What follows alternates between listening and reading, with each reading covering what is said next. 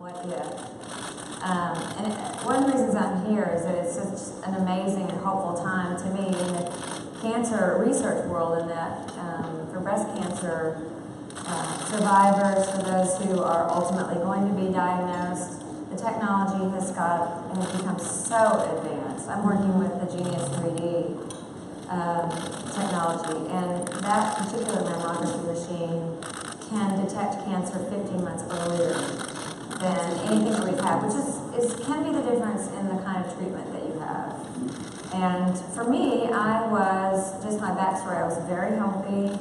In fact, I was probably the picture of great health. I was riding my bicycle through the Alps of France, and I ate pretty well, but wasn't eating for wellness or for propagating wellness or fighting cancer. And I was diagnosed for having ductal carcinoma just from a basic mammography. Right. And it was a game changer.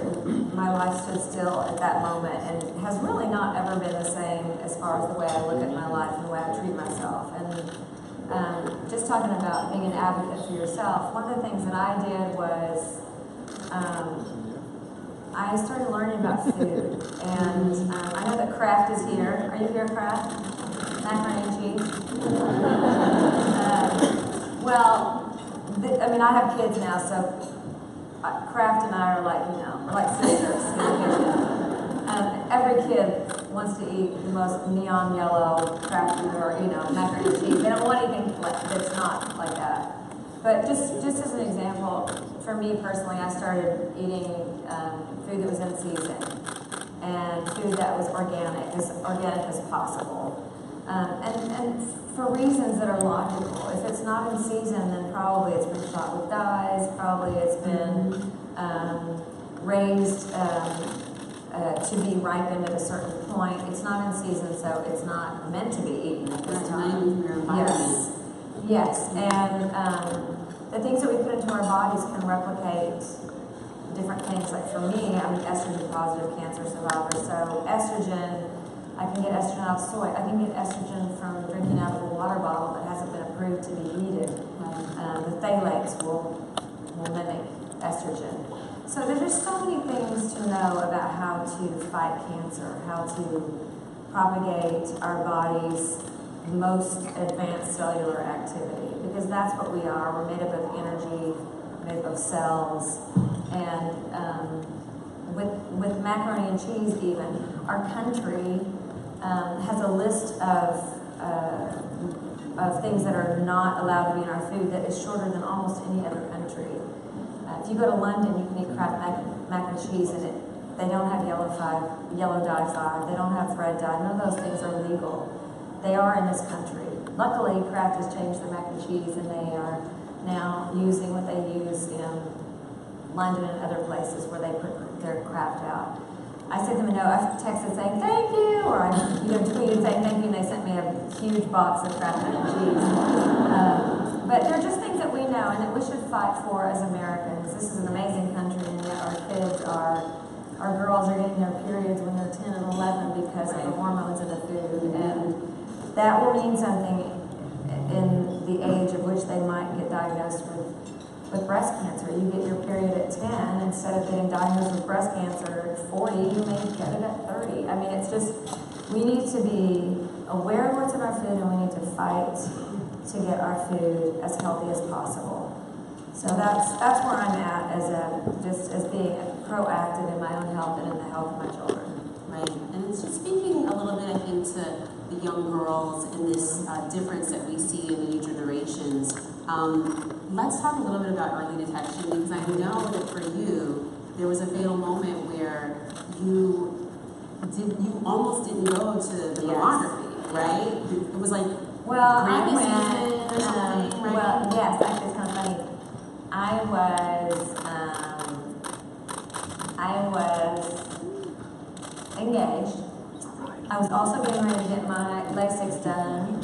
So this is vanity in its full-flung, fully realized. Right. I've been wearing my glasses for 2 weeks so that my eyes would be ready to be LASIKed. So you were ready. Yeah, I was not going to go back and wear my glasses again. So I got my routine mammography, which happens every January, or end of January. And the radiologist said, well, we see something that's suspect, but come back in 6 months. So my OBGYN calls me and says, why would anybody wait 6 months? Right. So she set me up with an oncologist, and I'm just like, I've just split up with my boyfriend, and I'm getting my eyes LASIK, okay? Okay, I have some things I have to do here, and it's Grammys week. So, I got it on a Tuesday, and on a Thursday, my wonderful surgical oncologist, Christy Pato, called me, and when I walked in, I could tell. She said, not what we expected, but you have ductal carcinoma. It's invasive, and we need to do a lumpectomy. And so that was what happened. This is how hysterical I was at the time. I went ahead, I got my lumpectomy, and then I went and got my eyes LASIK. So I was like, I've had glasses since I was 6. So I was like, I'm getting this done. So I had my lumpectomy, and then I bought a farm in Tennessee, and I moved home, and my life started over. But one of the things I'm grateful for, is that I have an unbelievable fan base made up of a lot of women, and largely because I'm a woman. But there's a certain point where men come to see you play, and you're 54, and you're not as cool. You know what I'm saying? I still have women though. And now the women are bringing their daughters. So I have an amazing outreach to women and young girls where I'm able to at least hopefully instill in them this idea that there is power in knowledge. And that power comes in knowing your family history. Because now that we are as far along as we are in our cancer research, we know that there can be a genetic component that can basically inform you that you are predisposed to having breast cancer. We know there are lots of different kinds of breast cancer, so the treatments are far advanced in being able to target. It's not like you need to go and get a double mastectomy like 30 years ago. Now we can do a lumpectomy, and you can do radiation. You can find out you are predisposed, and you can make the decision that's right for you with your doctor about how you want to go about facing the reality of this, or the knowledge that you are predisposed, knowing the terrain of your breasts, and just being diligent. Yearly exams after the age of 40. And I cannot stress highly enough that now that we have this technology with the Genius 3D, to be able to go online, find out where the nearest machine is. There are 3,000 in the country. They're in every city. Find out where your closest one is. Go to genius3dexam.com, I believe it is. And find the machine, because it is the difference in, I wouldn't say life and death, although treatment options can really vary as to whether you're stage 1 or stage 4. And right now, until there's a cure, prevention is our best recourse. So speaking of prevention, will you share a little bit about your self-care? So outside of just like the things that you're doing to check, but what about the things that you do to like sort of check in with yourself? Like how do you stay balanced and grounded? I know part of moving away and getting out of the limelight and being just like outside of Nashville on a farm with boys, I know it's part of it, but can you speak to just sort of what that might look like for people? Well, obviously I'm an artist, and I do look at things sort of on a meta level, just like the metaphysical aspects of these life lessons that you get dealt. My cancer, I knew was not going to be life-threatening, although, there is the odd chance that it appears somewhere else. I do believe that our environment, what we're exposed to, what's in our food, can play a part in our wellness and in the disease question. But I also believe that a lot of what happens in your life is directly correlated to the way you live your life. And for me, that 10 years ago was a real game changer in the fact that, and I know that every woman in the room can relate to this, whether you've had children or you haven't had children. We are born as women with this built-in, role that is caretaker and nurturer. It's an innate wisdom, really. It is an innate system, there's some genetic memory there, there's also the fact that your body is built to bear children. You know, the hormones, that whole thing is built around your becoming a woman, your childbearing, you feed your children with your body, you're constantly nourishing, and the last person that you nourish in your life is you. You take care of anybody that comes in the door. I mean, that is basically our role. And I remember I had a fantastic radiologist that was associated with Cedars-Sinai, and a very stoic woman that I would never have thought was woo-woo. And she said, "What side is your cancer?" And I said, "It's on the left." And she said, "You know, there are a lot of women that believe that that is the side that receives nourishment. This is the strong, you know, your right side is your male, and your left side is your female." And a lot of women believe that if you're a left breast cancer survivor, it's because you basically put yourself at the very bottom. And you never say no to anybody, and everything is about being right with everyone. And Does that sound familiar? That was my mythology. I just was, you know, a caretaker to the nth degree. And so, all that to say, I think that we really have to learn as women that it's okay to be strong and feminine. It's okay to put on your oxygen mask before you put on anybody else's, to make sure that you're taking care of yourself, so that if you still are imposing this role on yourself, that you are responsible for all people around you, that at least you're taking care of yourself. And I also, and I'm not perfect at this, but I do believe that with the amount of stress that we live with now, which is largely imposed by allowing it in, that we have to hold all of that somewhere in ourselves. I mean, we are made up of cells and energy. It lives in your tissues. It lives in your tissues, and I believe in turning off the TV. I believe in watching the news a finite amount of time, whether it's the nightly news. I believe in turning off your cell phones. I believe in making sure that when you're with your children, your phones are off, so that you're not pulled in directions that you're not present for anyone, particularly yourself. And that your children don't grow up with this vision of their parents being on their phones and not being with them in the room, physically and emotionally. Can you expand on the children piece? That's huge, right? Be present. Yeah, well, yeah, I grew up, many of you guys probably have the same relationship. Many of you won't, because you're a generation younger. But before there were cell phones, we grew up with moms who answered the phone, and the phone was connected with a cord, and it was on the wall. Yeah. It's a relic now, but yes, it was on a landline. It was a landline. We even had the ring, but I don't have a lot of memories of my mom on the telephone, you know, and I don't have a lot of memories of us sitting in front of the TV. We sat as a family in front of the TV. We weren't allowed to watch TV at dinner time. We watched the nightly news, 5:30. It's only on once during the day. We didn't have constant barrage of people's opinions telling you what you're supposed to think, how you're supposed to look, how you're supposed to act. That just wasn't, you know, it was a simpler time. Yeah. And it may sound idyllic now, but you have control over what your children witness and what they eat and what they're exposed to. Is that how you're raising? And my boys have never seen the news. They're 9 and 6. They've never seen the news. And I will do a lot of things to get to the remote control before they can get to it, to make sure that CNN is not on when they turn the TV on to watch Phineas and Ferb. Or, you know, whatever bad Cartoon Network show is. But I think that it's not natural for people to have the kind of stress, the kind of worry, to be exposed to every bad thing that happens in the world. Right.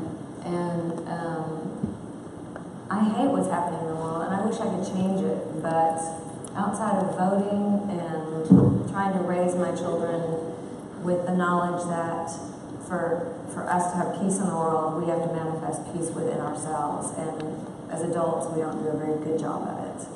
So they have a shot, you know, our kids have a shot at understanding what that means, and it means being bored, and it means being quiet, sometimes without iPads or screens or activities, or it's just, I think that the example gets set, you know, by the parents. And yes. we should do it for ourselves, you know. We're getting all kinds of tips from this amazing single mom. I'm not perfect. So, I mean, this is huge, and I think, but I think there is a lot that we can do. I mean, outside of the voting for you, it's through music. So, can you tell us what's on the horizon musically? Look at this. I'm like, oh. Oh, I did it. Okay, got it. I'm just gonna stick this piece of tape in there. I'll get it later. My little boy the other day discovered at Chipotle that there was gum underneath the counter. He'd never seen that before, and I was like, don't look under the seat. Yes, a year ago, told my kids I'm not touring anymore. I've been really touring nonstop since 1987, and I hadn't even realized it. And my kids learned to walk on a tour bus. They've grown up. They go to every science museum, or they've been all over the world. And I told them last year, I said, we're not going to tour anymore. And they're like, what? They were so mad. I'm like, we're not going on the road. But it's been really good. It's been good for me to just be bored and to be creative and also to be present. But in the meantime, I've made a record with just friends, people I've loved and have worked with for 20 years. And it's going to be out hopefully at the beginning of next year. It'll be mixed in October, but I've called up friends like Stevie Nicks and Willie Nelson and Coe and just people I love. And I've just been creative, so it's been good. Yeah. What's your definition of an empowered woman? I mean, we're here with all of these women. Can you even see everybody right here? I can. Give us some lights. Great. I can see everyone all the way back to the very back. How many in here have had cancer?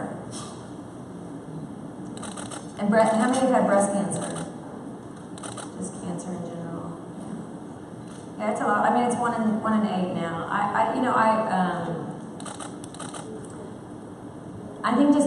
think being empowered means seeking. It means seeking what your soul wants. Because you come in and then you're imprinted. You're just constantly imprinted with things, images, people's opinions, ways of life, what you're supposed to believe. And I've meditated now for it's almost coming up 25 years. Not TM, but just mindfulness meditation, awareness. And I'm reminded every day that it's a practice, because when you meditate, you try to quiet your mind, and immediately it's, I gotta remember I forgot to email so-and-so, but you're not perfect, it's a practice. Shoot, I forgot to email, yeah. So, and I think being empowered is knowing that life is just made of circumstances that are helping us remember who we are, who we came in as, and what we're meant to be. And everything outside of those reminders are little distractions along the way. That's kind of what you make of it. So I think being empowered means trying to find, or at least being aware, noticing, not making judgment, and then taking what it is that you've learned and using that to be the best version of yourself that you can be. And that, outside of that, you really don't have control. There's this amazing book called The 4 Agreements, which is very small, and it has 4 agreements. It's short, but one of them is don't take things personally, don't make assumptions, make your word impeccable, and do the best you can. Now that 4th one, do the best you can, is so hard. But those 4 things, if you could live by them, your life would just be structured so differently. Which one of them is your mantra? Do you have your own personal Well, mantra? making my word impeccable that's really hard in this day and age, because now with, and you guys are bloggers, but now with social media and the idea that you can anonymously respond to things. Like we just had this a couple of days ago.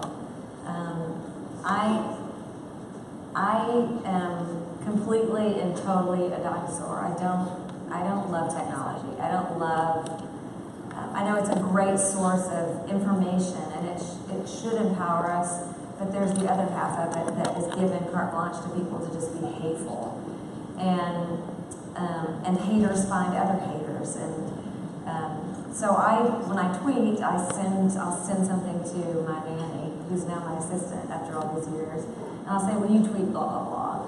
because I just I can't be invested in what everybody thinks. So yesterday I tweeted out this really funny thing of my makeup artist, and I knew you've met Christopher. He's Who great. is hilarious. And immediately we got a response, oh, I met him once, he's so rude. And I just was like, ah! And it's one of the reasons I don't do it. So you guys are in a rarefied position that you can impart wisdom and you can be, They can inspire. you can disseminate hope and wisdom, and you can empower people to not get into this downward spiral where everyone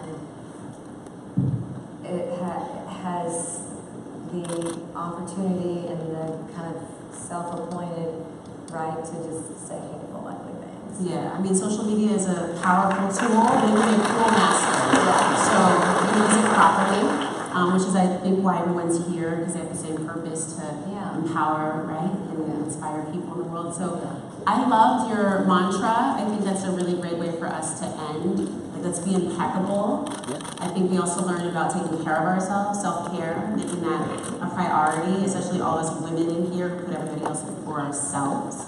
And if you're 40, I know it's scary. Part of the problem with the whole idea of getting a mammography is that a lot of us just don't want to know, and we're busy, and we don't have time, and we put it off till next year, and I can't have cancer because I'm totally healthy.